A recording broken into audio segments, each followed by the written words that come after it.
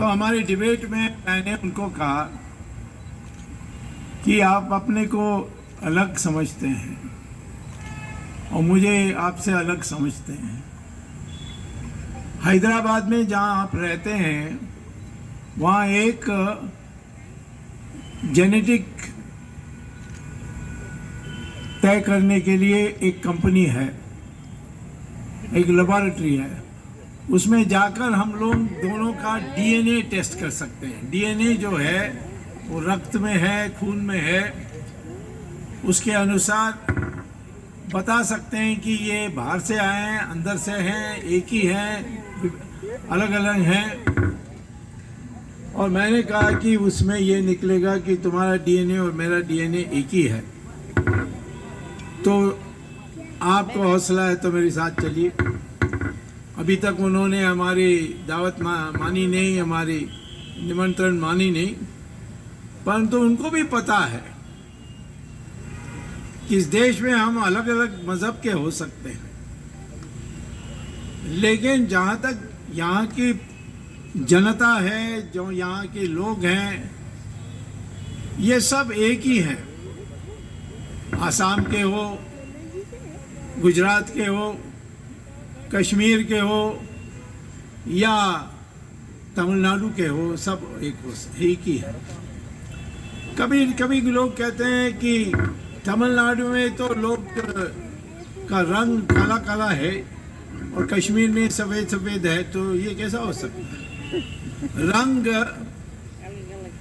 कोई कुछ तय नहीं कर सकता। वो धूप जहाँ सीधा लगता है हमारे शरीर में, वहाँ वो काला करता है। जैसे इक्वेटर के पास जो धूप का जो रेज हैं, उस कारण से दक्षिण में ज़्यादा लोग का रंग काला होता है। और यहाँ उत्तर में, कश्मीर में जो धूप से, जो सूरज से आती है रेज, वो सीधा इस तरीके से नहीं जाती है जैसे इक्वेटर में जाती है, लेकिन ऐसी आती है, तो इसका असर बहुत कम होता है। पंडित हैं या मुस्लिम हैं, आप डीएनए टेस्ट करोगे तो दोनों का एक है। तो जब हम एक हैं, इनके साथ अन्याय हुई, आप ही कहते हैं। फारूक अब्दुल्ला के ऊपर सारे बोझ डाल दी, परंतु करने वाले थे वीपी सिंह और मुफ्ती सईद। और फिर उनके बाद उनका बेटी का भी अपहरण हुआ, वो भी कुछ हमें समझ में नहीं आई कि ये कैसा हुआ। क्योंकि जब मैं मिनिस्टर बना चंद्रशेखर गवर्नमेंट में, उसके बाद तो सैफुद्दीन सोज की बेटी को JKLF किडनैप करके ले गए। तो जैसे वीपी सिंह और मुफ्ती सईद ने 13 लोगों को छोड़ा जेल से, हमने एक को भी नहीं छोड़ा। आखिर में वो सैफुद्दीन सोज की बेटी को JKLF ने स्कूटर में, ऑटो रिक्शा में बिठाकर सैफुद्दीन सोज के घर में जाकर छोड़कर आए, हमारी धमकी से डरकर। हम समझौता करने वाले नहीं है। कोई भी इस देश की संविधान के बाहर जाएगा, उसके लिए हम जी हुजूर नहीं बोलने वाले, हम उनके सामने झुकने वाले नहीं। और कश्मीर में भी, तमिलनाडु में भी LTT की हमने समाप्ति की। वो क्या चाहते थे? अलग तमिलनाडु। आज कौन कहाँ है LTT? Liberation tiger, Tamil tigers उसको कहते थे। अभी तो बिल्ली जैसा है, कहीं दिखाई नहीं पड़ते। और वो मेरे पीछे पड़े थे और मैंने इसको ऑर्गेनाइज किया था, आज कहीं नहीं है। हमारे पूर्व में भी ऐसे प्रांत हैं जो कहते थे हम अलग होंगे, होने नहीं दिया है। जितना कट के जाना था कट गया या चले गया। जो हमारी है और जो हमारी कब्जा की गई, उसको भी हम वापस लेंगे। इसमें कोई कश्मीर के साथ हमारी दुश्मनी नहीं है, सिर्फ कश्मीरियों के साथ हम ये कर रहे हैं। हिंदुस्तान अखंड रहेगा। और इस दृष्टि से मैं ये कहता हूं कि हमारी संस्कृति इतनी मिलती है, संगीत में जहां कविता होती है वहां काश्यप ने इस कश्मीर को बनाया। कोई लोग कहते हैं, मेरी माँ ये कहती थी, हम तमिलनाडु के मद्रास से भी आगे मदुरई है, वहाँ के हमारा मूल वहाँ है। माँ कहती थी हम तो कश्मीरी हैं। मैंने कहा हम कैसे कश्मीरी हो सकते हैं, हम मद्रासी हैं, तमिल बोलते हैं। उन्होंने कहा नहीं, हमारा गोत्र जो है वो काश्यप है, तुम्हारा गोत्र जो है काश्यप है, और जो जिसका भी गोत्र काश्यप है वो कश्मीर से आए हैं। तो मुझसे भी लड़ना पड़ेगा, कश्मीर को अलग करने के लिए कोई बात करेगा। मैं भी कश्मीरी हूँ, मेरा पूर्वज कश्मीरी है, और हम सब एक हैं।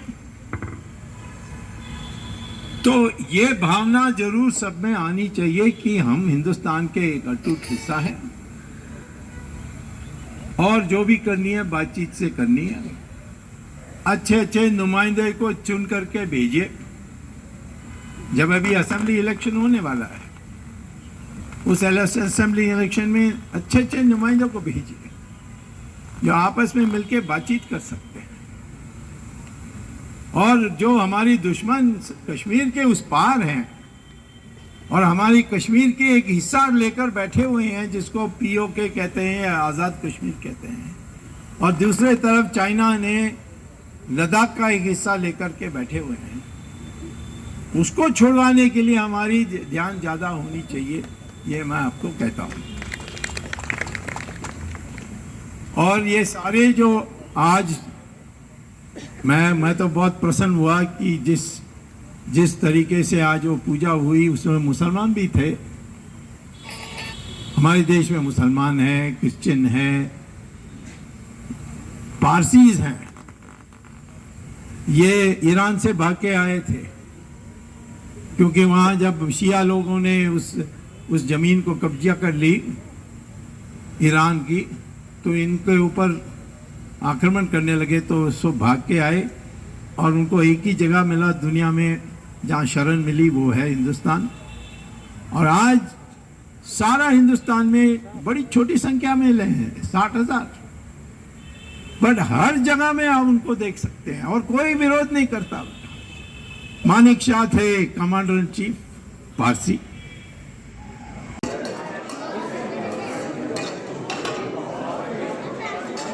जी हाँ, संजीव मावा जी मेरे साथ मौजूद है। संजीव मावा जी, आप बताइए कि ये आज पेश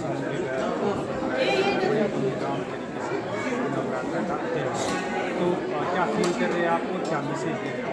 देखिए, ये नवरे है जो कश्मीरी पंडितों का नया साल होता है, और साल के आगमन में हम सबसे पहले इष्ट देवी श्रीनगर की है माता शारिका देवी चरण वंदना करते हैं।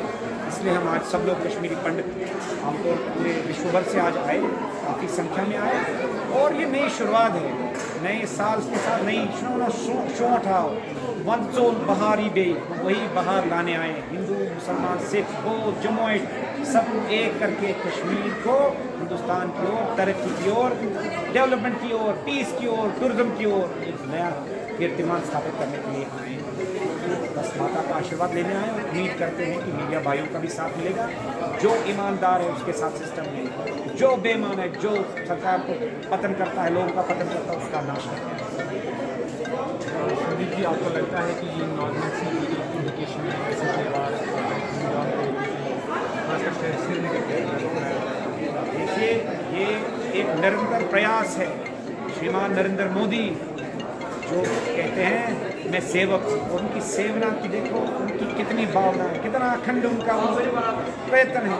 ये आज धूमधाम से कश्मीरी हिंदू, कश्मीरी समाज, कश्मीरी पंडित कश्मीर में, बीच श्रीनगर में अपनी माता का दर्शन से आराधना करते हैं। ये तो नए युग की शुरुआत है, नए भारत की, नए कश्मीर की शुरुआत है।